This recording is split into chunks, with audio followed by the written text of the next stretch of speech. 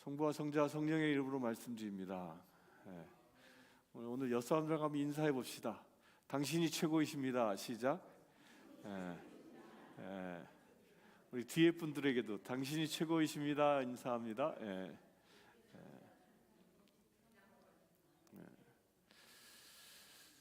오늘 읽은 성경 말씀, 이 말씀은 예수님께서 첫 번째 행하신 설교입니다. 영상을 좀 넘겨주실래요? 한번 다 함께 읽어보겠습니다. 시작.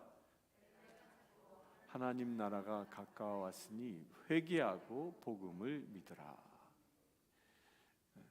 이게 예수님의 첫 번째 설교입니다. 아주 짧지요? 여러분들 날마다 이렇게 짧은 설교를 듣길 원하십니까? 저도 설교 시간에 그만 한 문장만 설교하고 끝날까요?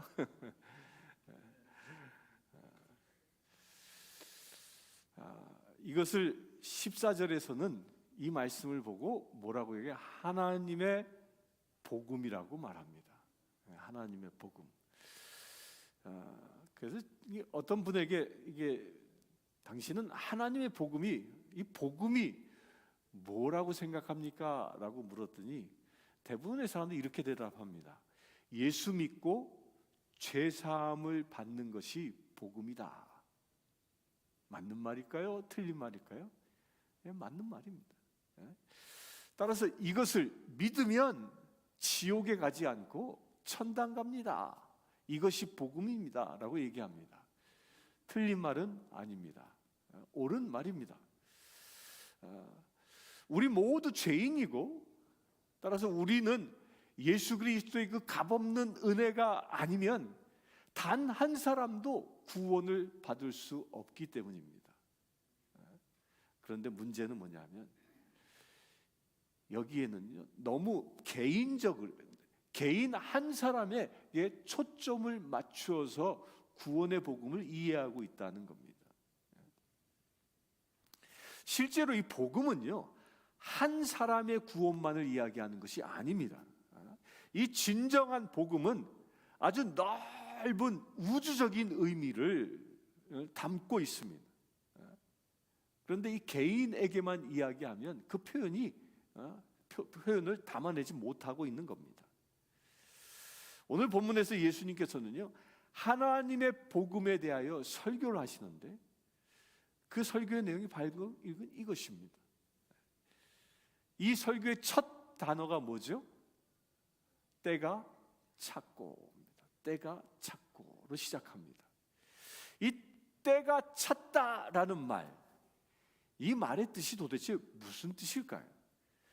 이 때가 찼다라는 이 말에는요, 한국 성경에는 때라는 이 말이 원어는 헬라어로 카이로스라는 말이, 때라는 말이, 때. 이 카이로스라는 이 말은요, 하나님이 정하신 기간, 뭐 이런 뜻을 담고 있습니다.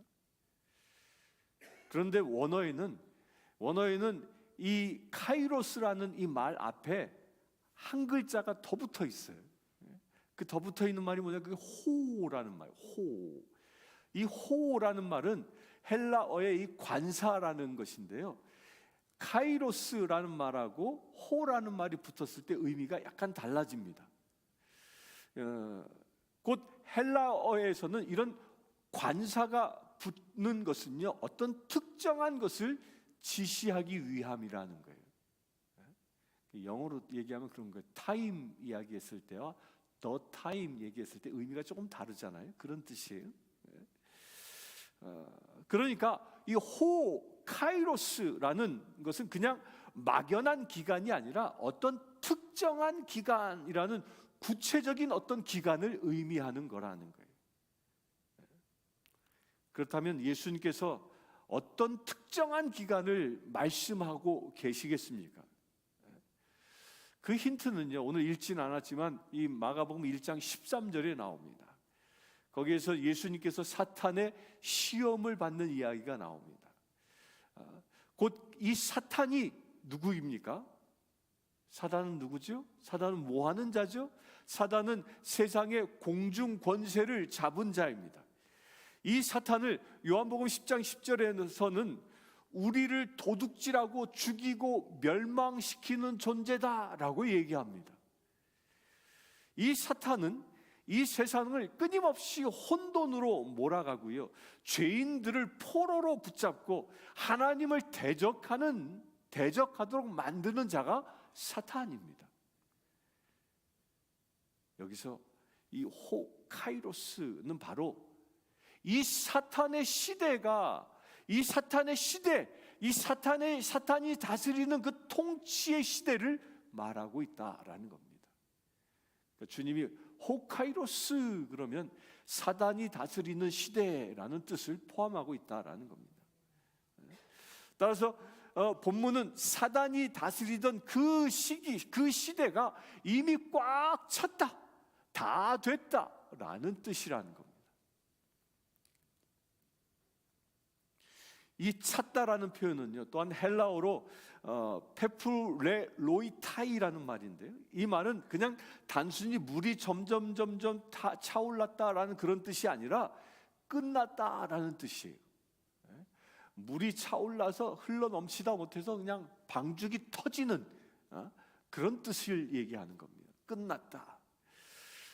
공중권세 잡은, 세상 권세를 가진 이 사탄이 다스리고 통치하던 이 혼돈의 시대, 이런 시대가 이제 끝이 났다라는 표현이 바로 때가 찼다라는 말의 속뜻인 겁니다. 그런데 왜 예수님은 사단의 시대가 끝났다라고 말씀하고 계실까요? 그 이유는 하나입니다. 만왕의 왕 대신 예수님이 등장하셨기 때문입니다. 예수님이 공생애를 시작하셨기 때문입니다. 사랑하는 성도 여러분, 여러분들 혹시 사단이 여러분들을 괴롭히는 것이 있습니까? 그런 사단의 세력이 여러분들 가운데 있습니까? 그렇다면 걱정하지 마십시오. 예수님이 우리와 함께 하신다면, 예수님이 나와 함께 임재해 계시다면, 예수님이 내 삶에서 등장해 계시다면 그 사단의 시대가 끝나는 것입니다. 아멘이십니까? 이것이 예수님이 가장 첫 번째 행하신 설교의 첫 시작인 겁니다. 예수님이 말씀하심으로 사단의 시대가 끝난 것입니다. 아멘이십니까? 네. 그리고 이어서 예수님께서는요, 하나님의 나라가 가까이 왔으니 라고 얘기하십니다. 이 하나님의 나라라는 이 표현도요, 우리가 이 하나님의 나라에 대한 그 개념 이해를 분명히 해야 합니다. 여러분들, 하나님의 나라 그러면 무슨 의미로 이렇게 다가옵니까? 대체로 많은 사람들이 하나님의 나라 그러면 천당, 지옥 뭐 이렇게 생각하지요. 곧 천당을 딱 떠올립니다. 죽어서 가는 어떤 세계, 그 죽어서 이 지구를 떠나 우리의 영혼이 가야 할 어떤 장소 정도로 생각합니다. 여러분들도 그렇게 생각합니까? 왜 사람들이 그렇게 생각하냐면요, 특히 한국 사람들은 예수 천당, 그다음 불신 지옥, 이 말 많이 들었잖아요. 예수 믿으면 천당 가고 믿지 않으면 지옥 간다. 그런 생각, 그런 말을 많이 듣다 보니까 자연스럽게 하나님 나라 그러면 죽어서 가는 나라 이렇게 생각합니다. 틀린 말은 아닙니다.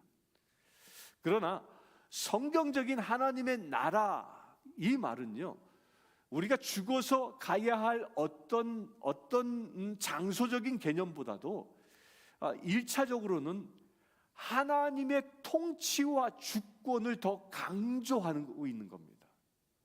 곧 하나님의 나라라는 뜻은 뭐예요? 하나님이 지금 다스리고 있는 곳, 그것을 하나님의 나라라고 얘기하는 거예요. 여기서 하나님의 나라는 어떤 나라입니까? 곧 어떤 장소의 개념이 아니라요, 하나님께서 성령을 통해서 다스리시는 의와 평강과 그 희락이 있는 곳, 그곳이 곧 하나님의 나라다라는 거예요. 네? 여러분들에게 의와 평강이 있습니까? 여러분들에게 기쁨이 있습니까? 그렇다면 여러분들은 하나님의 나라입니다. 네? 여기서 의라고 말하는 것은요, 올바른 상태를 두고 얘기합니다. 원래 하나님께서 창조하신 그 의도대로, 그 지으신 목적대로 만물이 바르게 서 있는 그 상태를 보고 의라고 얘기하는 거예요. 또 샬롬은 뭐죠? 평강이 샬롬이에요. 이 샬롬이라는 이 말에는 그냥 안녕이란 뜻이 있지만 그런 단순히 안녕하는 그 인사의 의미만이 아닙니다. 이 샬롬이라는 말에는요, 4가지 영역의 뜻을 갖고 있습니다. 그 첫 번째는 하나님과의 평화입니다. 샬롬 인사하면 하나님과 당신이 평화로워집니다, 이런 뜻이에요. 우리 그런 뜻으로 우리 샬롬 옆 사람에게 인사합시다. 샬롬, 샬롬. 또 두 번째 뜻은요, 이웃과의 평화입니다. 이웃과의 평화. 샬롬 그러면 나와 내 이웃과의 평화가 이루어지는 거예요. 아멘이십니까? 네? 여러분들 아파트 호실 옆에 사람과 평화가 이루어지는 게 샬롬이에요. 네? 또 세 번째로는요, 창조 세계, 하나님께서 만드신 이 창조 세계와의 평화인 거예요. 샬롬. 지금은 이게 깨지고 있어요. 지구 온난화로 인하여 기후 이변이 일어나고 막 지상 격변이 일어나잖아요. 이 창조물의 세계가 평화로워지는 그때가 올 것입니다. 그게 새 하늘과 새 땅이죠. 그리고 나머지 4번째 평화는 나 자신과의 평화입니다. 아멘이십니까? 여러분들 자신 내 안에서 평화가 이루어나길 바랍니다. 하나님의 나라는요, 하나님께서 통치하심으로 말미암아 하나님께서 지으신 목적대로 운영되어지는 이 4가지 영역에서 평화가 나타나는 그런 나라가 하나님의 나라인 것입니다. 하나님의 평화가 이루어지고, 또 무슨 평화가 이루어져요? 이웃 간의 평화가 이루어지고, 또 무엇이 이루어져요? 이 지상의 모든 피조물과 평화가 이루어지고, 또 무엇이 이루어져요? 내 안에 평화가 완성되어지는 거예요. 이것이 완전한 하나님의 나라라는 거예요.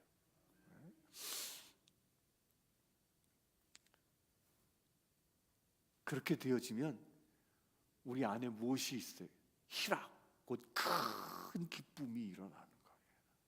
아멘이십니까? 여러분들 기뻐하며 살길 원합니까? 아니면 걱정하며 살길 원합니까? 기뻐하며 사시길 바랍니다. 그러기 위해서 무엇이 이루어져야 돼요? 하나님의 나라가 이루어지는 것입니다. 이것이 하나님이 통치하시고 다스리시는 하나님의 나라의 모습이라고 로마서 4장 17절에 말하고 있는 겁니다. 사랑하는 성도 여러분, 여러분들을 하나님이 다스리시길 축원합니다. 여러분들이 하나님이 다스리셔서 하나님의 나라 되시길 축원합니다. 이런 오늘 말씀에서는요, 이런 하나님의 나라가, 저 보면 뭐라고 되어 있어요?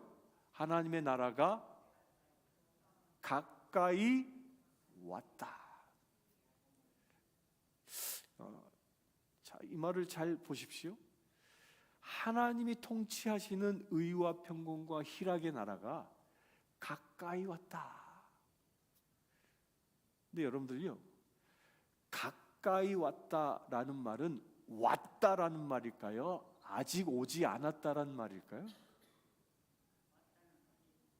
가까이 왔다. 지금 가까이 왔을 뿐이에요. 지금 내게 완전히 오진 않았다는 거예요. 미래형인 겁니다. 아직 오지 않았다는 거예요. 이 4가지 말한 그 평화의 영역이 내 안에 완전히 아직 이루어지지 않았다라는 거예요. 그런데 뭐예요? 가까이, 가까이. 이 말은 뭐예요? 곧 올 것이다. 곧 올 것이다. 그렇다면 이 하나님의 나라는 언제 오겠습니까? 언제 도래하겠습니까? 이제까지는요, 이스라엘이라는 그 한 땅, 그러니까 예수님이 등장하시기 이전까지는 오직 이스라엘이라는 그 지역, 가나안 그 지역, 그리고 이스라엘 백성이라는 그 한 혈통을 중심으로만 하나님의 나라와 백성이 이 땅 위에 만들어졌다라고 생각했습니다. 지금 예수님이 이 말씀하시기 전까지는요. 하지만 이제 예수님께서요, 이 땅의 만왕의 왕으로 이스라엘을 넘어서 온 열방의 왕으로 오신 이후로는요, 이 하나님의 나라는 가나안 땅 그 지역을 넘어서서 또한 정치적인 의미를 넘어서 더 넓은 세계에 관하여 말하고 있는 것입니다. 이스라엘이라는 한 곳에 국한된 것이 아니라는 거예요. 예수님께서는 하나님을 왕으로 인정하고 그 말씀을 법과 규칙으로 받아들이고 순종하는 사람들을 부르고 계신다는 거예요. 왜? 말씀에 순종하는 자가 하나님의 나라이기 때문입니다. 이들이 하나님의 나라를 만들어가는 것이라는 거예요. 가까이 왔다라는 것은. 바로 이 하나님의 나라를 만들기 위하여 예수님께서 우리에게 오신 것입니다. 지금도 예수님께서는요, 저와 여러분들을 통해서 하나님의 나라를 만들어 가고 계시는 것입니다. 그리고 하나님의 나라는 그 나라의 왕이 오심으로 우리 안에서 시작되어지는 것입니다. 그 나라의 왕이 누구죠? 그 나라의 왕이 누구입니까? 예수 그리스도이십니다. 그 나라의 또한 영토는요, 더 이상 눈에 보이는 이런 땅의 개념이 아니라 왕 대신 그리스도의 복음을 마음으로 믿고 따르는 사람들을 얘기하는 겁니다. 따라서 여러분들이 하나님의 나라라는 거예요.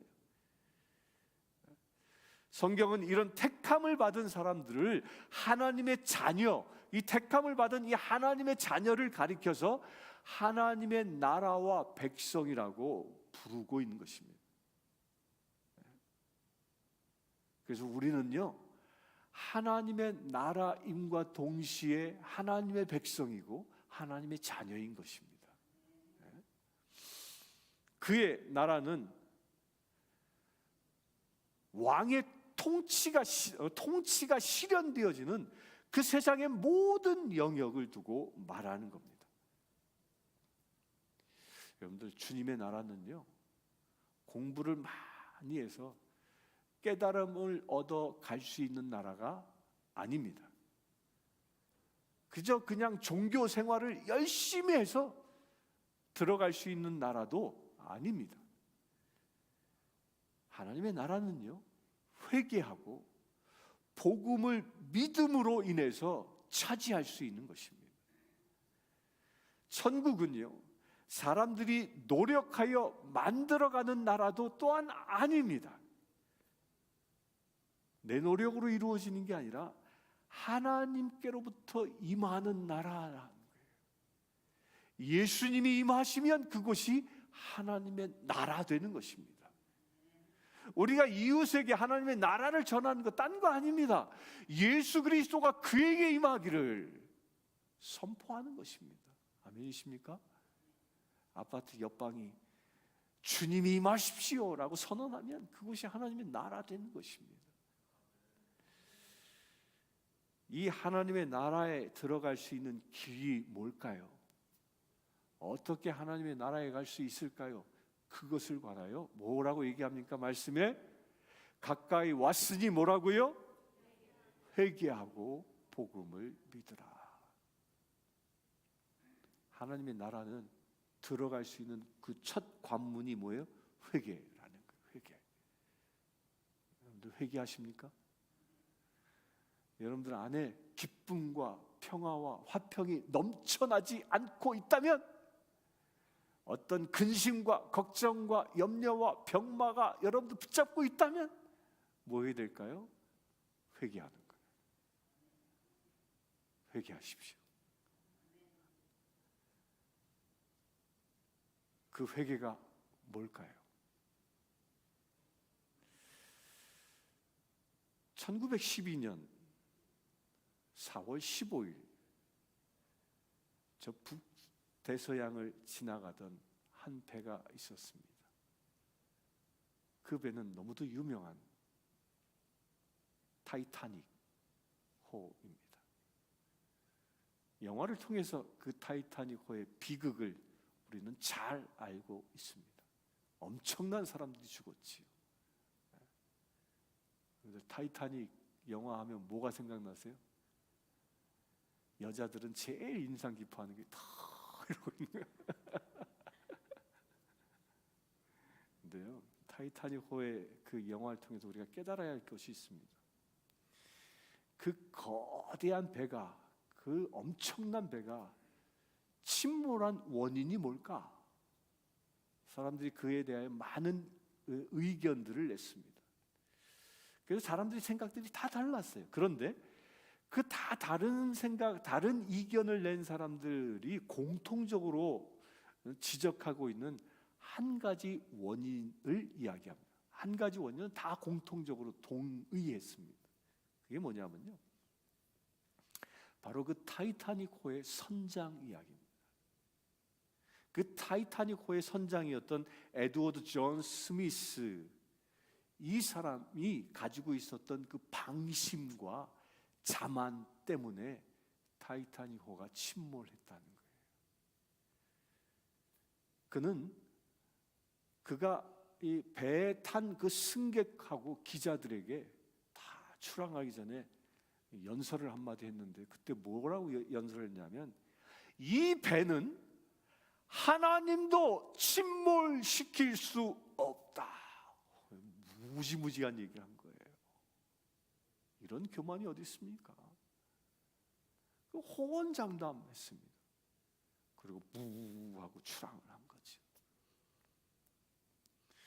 그리고 그는요, 그 배에 그 탄 승객들이 이게 막 스릴을 느끼라고요, 그 배를 어떻게 몰았냐면요, 아주 최고 속도로 몰아댔습니다.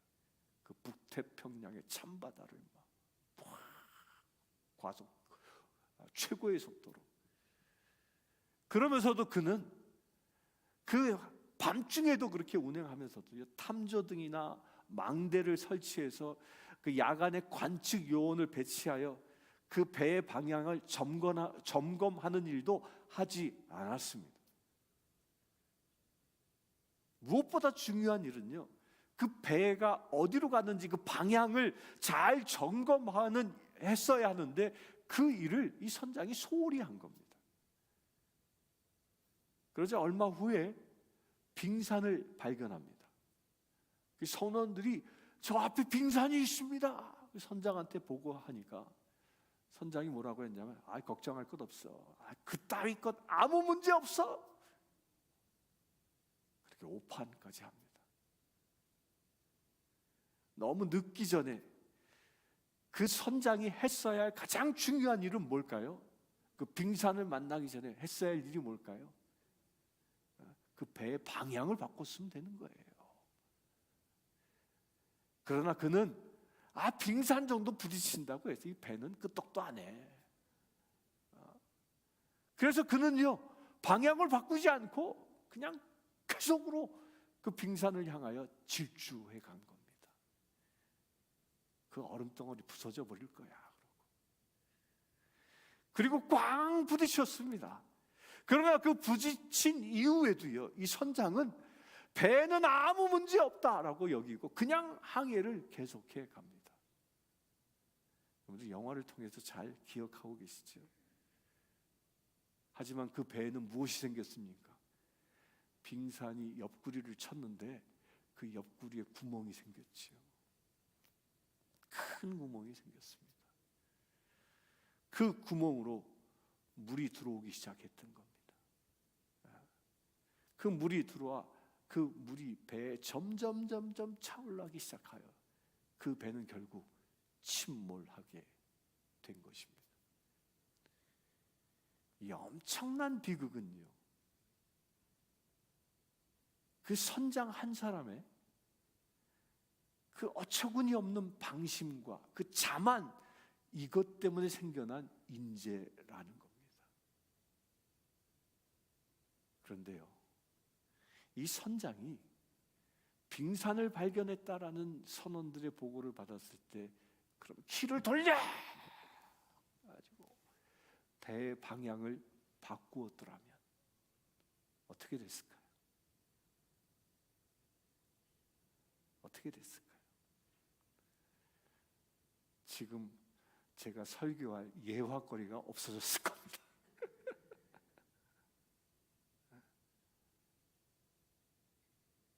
모두 다 즐거운 여행이 됐겠지요. 그런데 그는 방향을 바꾸지 않았습니다. 그저 빙산을 향해 갔던 것이죠. 곧 배의 키를 돌려 방향을 바꾸는 것, 이것을 보고 회개라고 얘기하는 거예요. 회개는 뭐냐? 나 잘못했어요 라고 뉘우치는 정도가 아니라 방향을 바꾸는 거예요. 죄를 향해 있던 내가 방향을 주님께로 바꾸는 것이, 이것이 회개입니다. 바로 이것이 예수님께서 저렇게 회개하고 라고 선포하신 의미인 것입니다. 여러분들 방향을 바꾸십시오. 아멘이십니까? 저는 새벽 기도 때마다 한 가지 기도해. 하나님, 여기 가까이 사시는 분들 방향을 새벽에 교회로 바꾸게 해주세요. 밴드리지 타워에 한국 사람들 한 50분 사시는데 그 새벽에 이 한국 사람들 침대에서 교회로 방향을 바꿔주세요. 얼마나 좋겠습니까? 하나님이 기뻐하시겠지요. 방향을 바꾸는 것, 이것이 바로 예수님이 말씀하고 계신 회개라는 거예요. 아멘. 회개는 방향을 바꾸라. 곧 왜 방향을 바꿀까요? 살기 위해서 바꾸는 것이, 내가 하나님의 나라 되기 위하여 바꾸는 것입니다. 아멘이십니까? 마가가 전한 예수 그리스도의 공생의 첫 번째 설교, 이 말씀은요, 그것은 사람들에게 듣기 싫은 소리일 수도 있었습니다. 사람들 회개하라 이러면 듣기 싫어합니다. 근데 무슨 말을 좋아할까요? 복 받으라 그러면 좋아해. 제가 설교 중에 회개하십시오 그러면 아멘 소리가 귀 죽어가 그냥. 그러나 축복, 복을 받으십시오 그러면 아멘 그런 사람들이 많아요. 여러분들 회개하라에 아멘 하시길 축원합니다. 그러나 듣기 싫어도 이 회개하라라는 이 말씀은 바로 복음 중에 복음이라는 거예요. 회개하고 복음을 믿으라. 그 과속으로 달렸던 이 타이타닉 호가 그 호처럼 내 인생의 배를 멈추고 그 빙산을 향하여, 죽음을 향하여 갔던 그 인생의 배의 방향을 멈추고 방향을 돌리라는 거예요. 그것이 회개입니다. 주님을 향하라는 것입니다. 그리고 나 자신이 아닌 예수님이 내 인생의 선장입니다. 아멘이십니까? 예수님이 내 인생의 선장으로 모시고 내 인생의 그 키를 선장 되신 예수님께 내어드리고 주님이 인도하시는 대로 따라 사는 사람, 이런 사람이 그리스도입니다. 아멘이십니까? 그리고 내 인생의 주인이신 그 예수님이 인도하신 대로 따라 매일매일 하나님의 나라를 향하여 항해하는 것, 이것을 보고 뭐라고 얘기하냐면 그리스도인의 삶이다라고 얘기하는 거예요. 이것이 바로 마가복음에서 말하고 있는 구원의 복음입니다. 예수님의 첫 설교가 이런 뜻입니다. 사랑하는 성도 여러분, 하나님의 나라는요, 하나님께서 통치하시며 하나님의 뜻이 이루어지는 곳입니다. 아멘이십니까?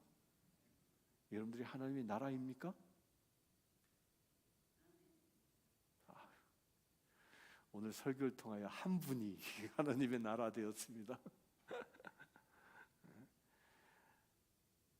여러분들의 삶이 하나님이 통치하시고 그 하나님의 뜻이 이루어지면 그것이 하나님의 나라인 겁니다. 곧 예수 그리스도의 복음으로 구원을 얻은 자에게 주어지는 나라가 하나님의 나라라는 거예요. 그 나라는 이미 임하여 있기 때문에 여러분들에게 예수 그리스도가 임하여 계시면 주님의 나라가 임한 것입니다. 곧 구원받은 자는 그래서 하나님의 나라의 그 기쁨을, 즐거움을 누릴 수 있는 것입니다. 또한 예수 그리스도의 그 재림 후에 최종적으로 임할 완성될 그 하나님의 나라 또한 더 사모하고 갈망하게 됩니다. 그때는 하나님의 그 완전한 통치 속에서 우리 모두가 다 하나님의 나라를 온전히 경험하게 될 것입니다. 그런 의미에서요, 하나님의 나라는 공동체적인 하나님의 백성 공동체인 것입니다. 그래서 공동체된 우리 교회가 하나님의 나라입니다. 교회는 곧 하나님의 나라의 표지인 겁니다. 절 따라합시다. 우리 성신교회를 보면 하나님의 나라가 보입니다. 내가 성신교회의 지체입니다. 아멘이십니까? 네? 따라서 여러분들을 누군가가 보면 여러분들을 통하여 하나님의 나라가 보여져야 하는 겁니다. 따라서 교회는요, 이 현재성, 현재 하나님의 나라를 누리는 현재성, 또 미래에 오실 하나님의 나라의 그 미래성을 동시에 갖고 있고 그것을 하나님의 나라로 선포해야 하는 것입니다. 하나님의 나라를 선포한다는 것은요, 하나님의 나라의 그 백성의 공동체로서 예수님의 삶을 뒤따르며 복음을 전하는 것입니다. 아멘이십니까? 예수를 따라 사시길 축원합니다. 교회는 이 세상에 살고 있는 그 잃어버린 그 하나님의 백성들에게 하나님의 나라를 소개할 수 있는 그 힘이요, 능력이요, 촉매제인 것입니다. 교회는 하나님의 나라가 이 세상 속에 이미 왔다라고, 가까이 왔다라고 선언해야 하는 것입니다. 요즘은요, 정말 너무 가까이 왔음을 피부로 느끼지 않습니까? 그런 시대에 우리는 살고 있습니다. 이런 시대이기에 더욱더 우리는요, 하나님의 나라를 선포해야 하는 것입니다. 여러분들에게 선포하시길 축원합니다. 여러분들 가족에게 선포하십시오. 여러분들 이웃에게 선포하십시오. 이 사순절기 동안 여러분들의 가족과 이웃들에게 하나님의 나라를 선포하시길 축원합니다. 우리 모두 이 말씀을 다 함께 읽으면서 이 말씀이 내 이웃에게 선포되어진다는 믿음으로 큰 소리로 한번 읽어보겠습니다. 시작. 하나님의 나라가 가까이 왔으니 회개하고 복음을 믿으라. 아멘이십니까? 기도하겠습니다.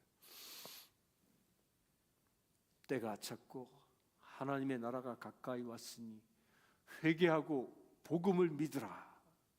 주께서 이 첫 설교를 오늘 이 시간 우리에게 주심을 감사합니다.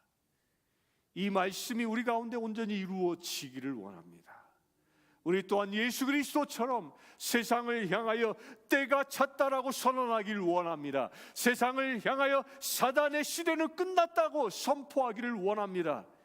우리가 선포함으로 나의 이웃과 나의 형제 자매들이 모든 사단의 결박들이 끊어지기를 원합니다. 주여 우리를 사용하여 주시옵소서. 우리의 입술을 사용하여 주시옵소서. 예수 그리스도께서 때가 찼다고 선포하신 것처럼 우리 또한 선포할 때마다 사단의 결박이 끊어지게 하여 주시옵소서.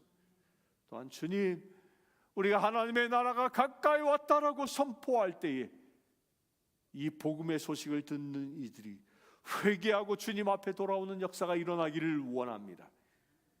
주여 우리의 입술을 사용하여 주시옵소서. 우리가 복음을 선포함으로 그 복음의 능력이 아직 구원받지 못한 이들 냉담자들에게 나타나게 하여 주시옵소서.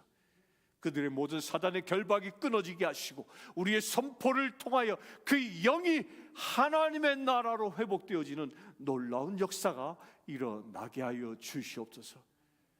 그래야 주님, 우리가 살고 있는 이 땅이, 이 지역이 온전히 하나님의 백성들의 공동체로 변화되어지기를 원합니다. 우리가 살고 있는 이곳이 하나님의 나라 되어지기를 원합니다. 주님, 그 일을 위하여 우리를 쓰시기를 원하시오니 주여 나를 사용하여 주시옵소서. 우리의 입술에 말씀을 담아주시고 우리가 담대함으로 선포할 때마다 성령 하나님 역사하여 주시옵소서. 우리가 악한 마귀 군대를 대적할 때에 하늘의 미가엘 대천군이 움직이는 놀라운 역사가 일어나게 하여 주시옵소서. 그래야 주님, 우리 가정이, 우리 교회가, 우리가 살고 있는 이 사회가 하나님의 나라 되어지는 놀라운 은혜가 이루어지게 하여 주시옵소서.